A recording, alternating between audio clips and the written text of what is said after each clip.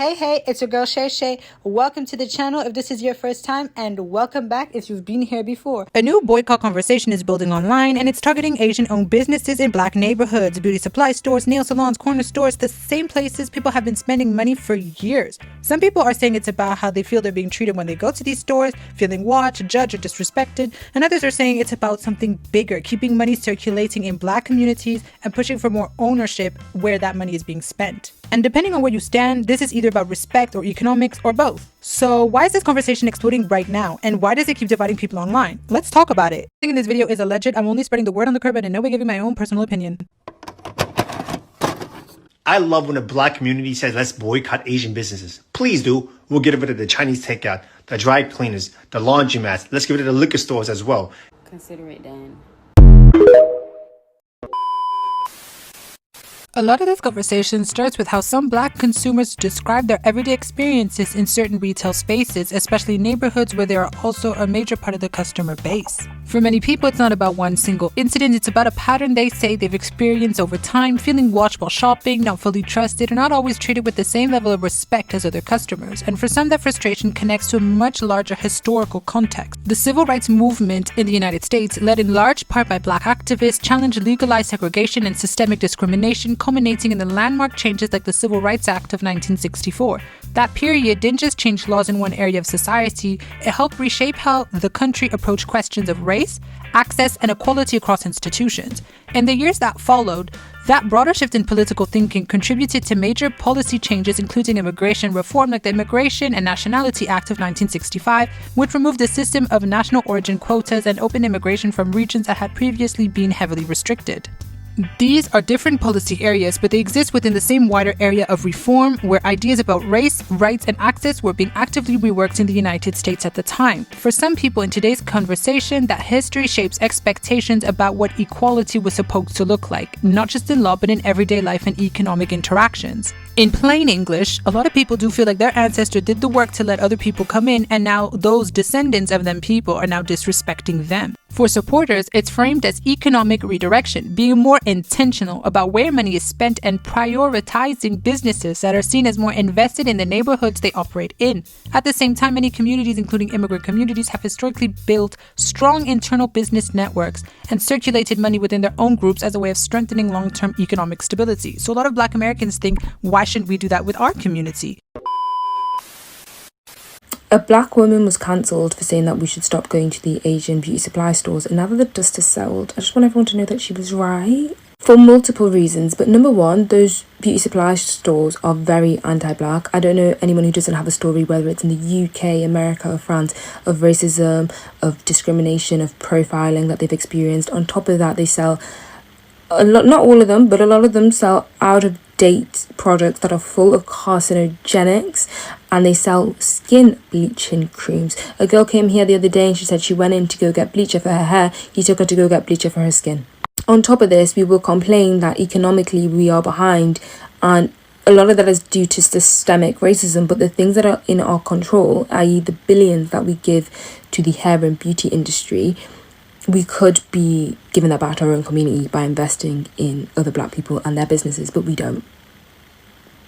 Why is that? Unpack that. And no other community is gonna let something that's so integral to their day-to-day be outsourced. No other community would do it. They wouldn't. And if we lived in a society where these stores weren't being racist, they weren't discriminated against us, and we went to each other's businesses equally, great, but we don't live in that world, so wise up.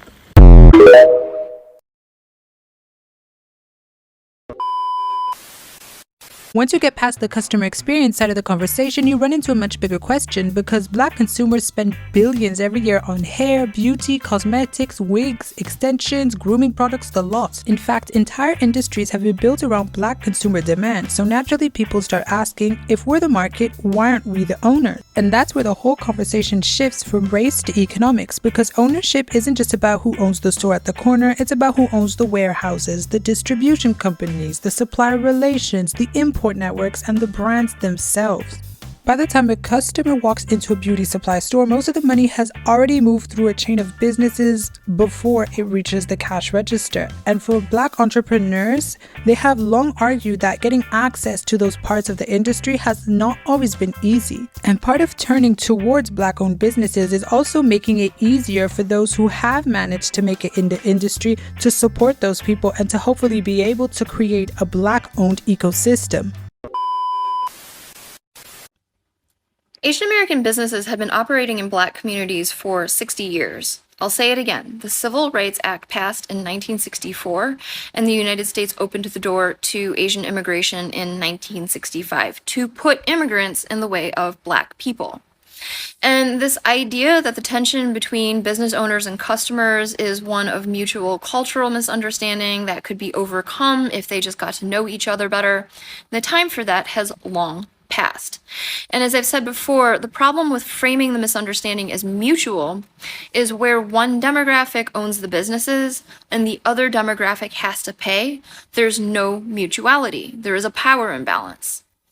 The only situation that I could see being beneficial at this point would require Asian Americans to be willing to leverage their ability to secure the business loans, to secure supplier accounts, and to attain business licenses, to open in Black communities specifically to hire Black people to work in the businesses and to provide the professional development opportunities so that Black people can become the leadership in the businesses in their communities. But I don't have a lot of hope that Asian Americans are willing to do that because the Asian American business owners that we see currently are not even willing to treat their Black customers as human. So I fully support Black people boycotting these problematic businesses in their community.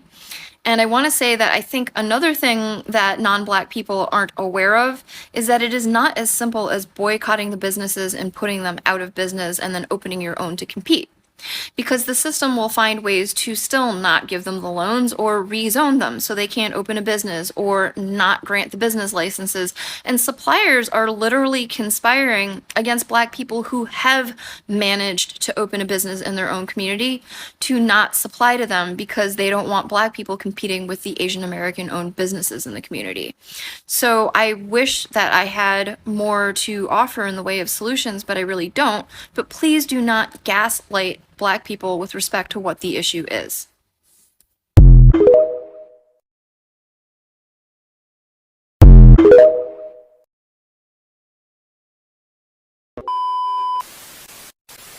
If you've been online lately, you've probably noticed a bigger shift happening.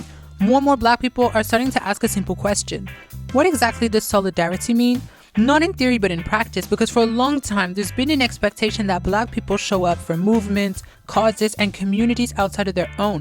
But increasingly, a lot of people are questioning whether that support is being returned with the same energy. And the conclusion most people are coming to is no. And Black people, for the majority in the United States, do feel like now it's time for them to prioritize their needs first. We've seen this before when it comes to the whole situation with ICE deportations, where protests against that haven't really been attended to that much by Black people in comparison to previous protests before the 2024 general election. And now it's happening again in a new form with this whole situation with the boycotting of Asian beauty stores, where Black people feel like they want to prioritize their needs, what they want to do with their lives, and how they choose to protest for their own community. So in the end, this whole situation goes much, much deeper than just a debate about beauty stores. It goes right to the very heart of race relations in the United States.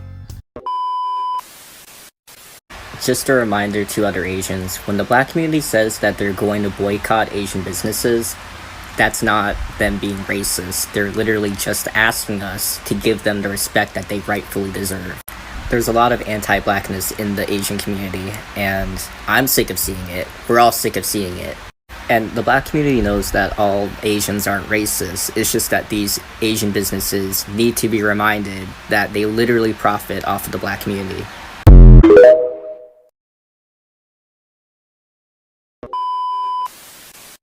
If you haven't already done so, please like, share, comment, and subscribe. It really does help the channel. Thank you so much for watching. I really do appreciate it, and I will catch you all in the next video.